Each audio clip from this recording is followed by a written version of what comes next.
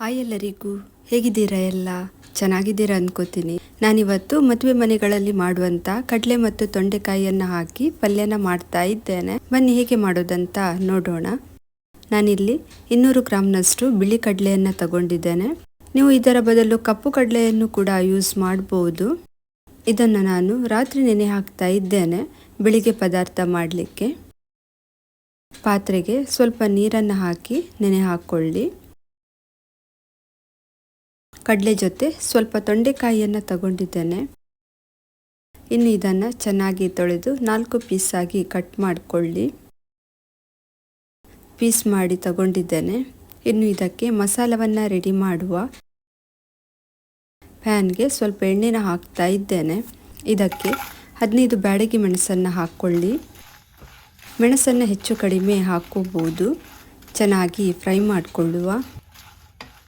ಇವಾಗ 3 ಸ್ಪೂನ್ ಧನಿಯಾ ಕಾಳು, 1 ಸ್ಪೂನ್ ಜೀರಿಗೆ, 1/4 ಟೀ ಸ್ಪೂನ್ ಅಷ್ಟು ಮೆಂತೆ, ಹಾಗೆ 4 ಎಸಳು ಬೆಳ್ಳುಳ್ಳಿ ಇಷ್ಟನ್ನು ಸೇರಿಸಿ ಪುನಃ ಸ್ವಲ್ಪ ಫ್ರೈ ಮಾಡಿಕೊಳ್ಳಿ. ಒಂದು ಈರುಳ್ಳಿನ ಹಾಕ್ತಾ ಇದ್ದೇನೆ. ಇದನ್ನು ಸಹ ಸ್ವಲ್ಪ ಫ್ರೈ ಮಾಡಿಕೊಳ್ಳಿ. ಇದು ಆಗಿದೆ. ಸ್ಟವ್ ಆಫ್ ಮಾಡಿ ತಣ್ಣಗಾಗಲು ಬಿಡಿ. ಇದಕ್ಕೆ ಸಣ್ಣ ತುಂಡಿ ಹುಳಿಯನ್ನು ಸೇರಿಸಿ ಪುಡಿ ಮಾಡಿ. ನೀರೆಲ್ಲ ಹಾಕಲಿಕ್ಕೆ ಇಲ್ಲ. ಪುಡಿ ಮಾಡಿ ಆಗಿದೆ.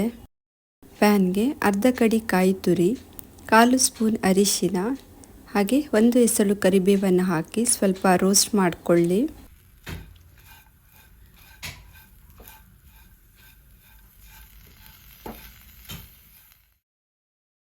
ಇದು ರೋಸ್ಟ್ ಆಗಿದೆ. ಇದನ್ನು ರುಬ್ಬಿಕೊಂಡ ಮಸಾಲಕ್ಕೆ ಹಾಕ್ಕೊಂಡು 2 ರೌಂಡ್ ಪಲ್ಸ್ ಮಾಡಿಕೊಳ್ಳಿ. ನೋಡಿ, ಕಡಲೆ ನೆನೆದು ಈ ರೀತಿ ಆಗಿದೆ.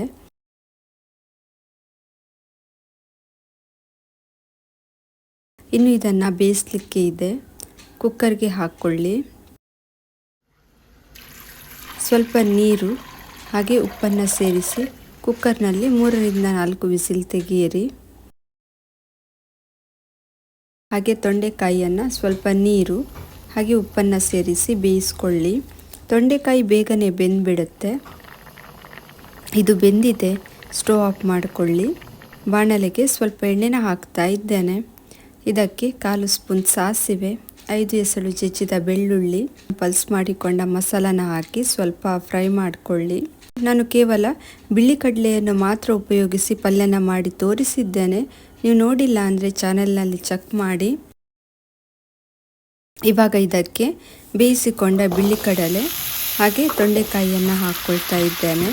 ಬೇಯಿಸುವಾಗ ಕಡಲೆ ಮತ್ತು ತೊಂಡೆಕಾಯಿಗೆ ಉಪ್ಪನ್ನು ಹಾಕಿದ್ದೇನೆ. ಹಾಗೆ ಇವಾಗ ಸ್ವಲ್ಪ ಉಪ್ಪನ್ನು ಹಾಕ್ತಾ ಇದ್ದೇನೆ.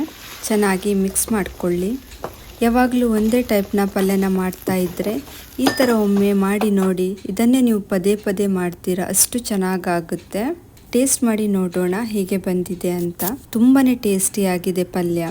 ಅನ್ನ, ಚಪಾತಿ, ದೋಸೆ, ರೋಟಿ ಎಲ್ಲದರ ಜೊತೆ ಸೂಪರ್ ಕಾಂಬಿನೇಷನ್ ಇದು.